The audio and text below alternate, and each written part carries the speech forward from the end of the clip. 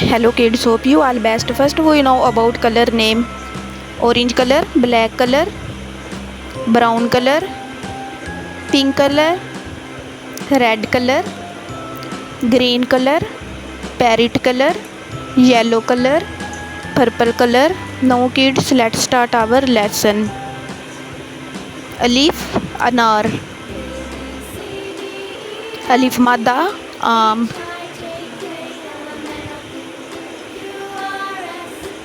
बे बकरी.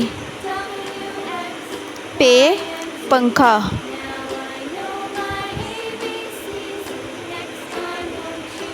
टे तितली. टे टोकरी.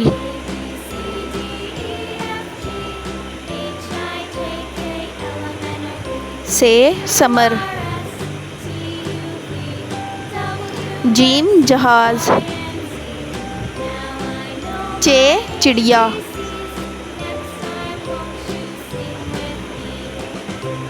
हे हुक्का. खे खरगोश.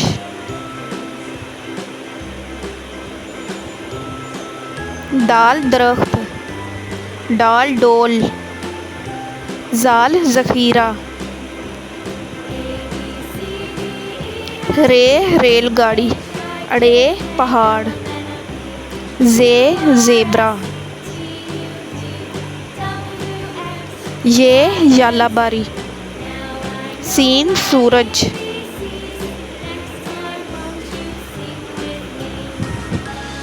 शीन शेर. स्वाद साबुन.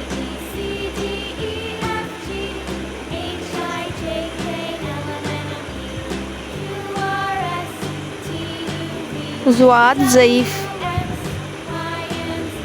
तोए तोता.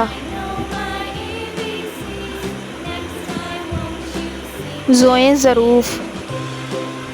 आइन ऐनक.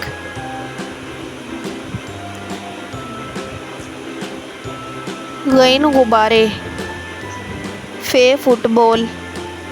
काफ कैंची.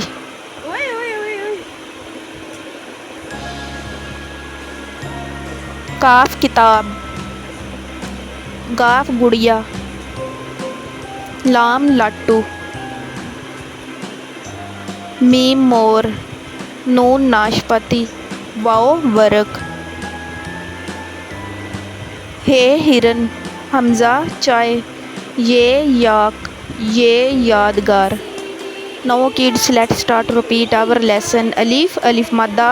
बे पे ते टे से. जीम चे हे खे. दाल डाल जाल. रे अड़े जे ये. सीन शीन. स्वाद ज़्वाद. तोए ज़ोए. आइन गैन. फ़े काफ. काफ गाफ. लाम मीम. नून वाओ. हे हमज़ा या.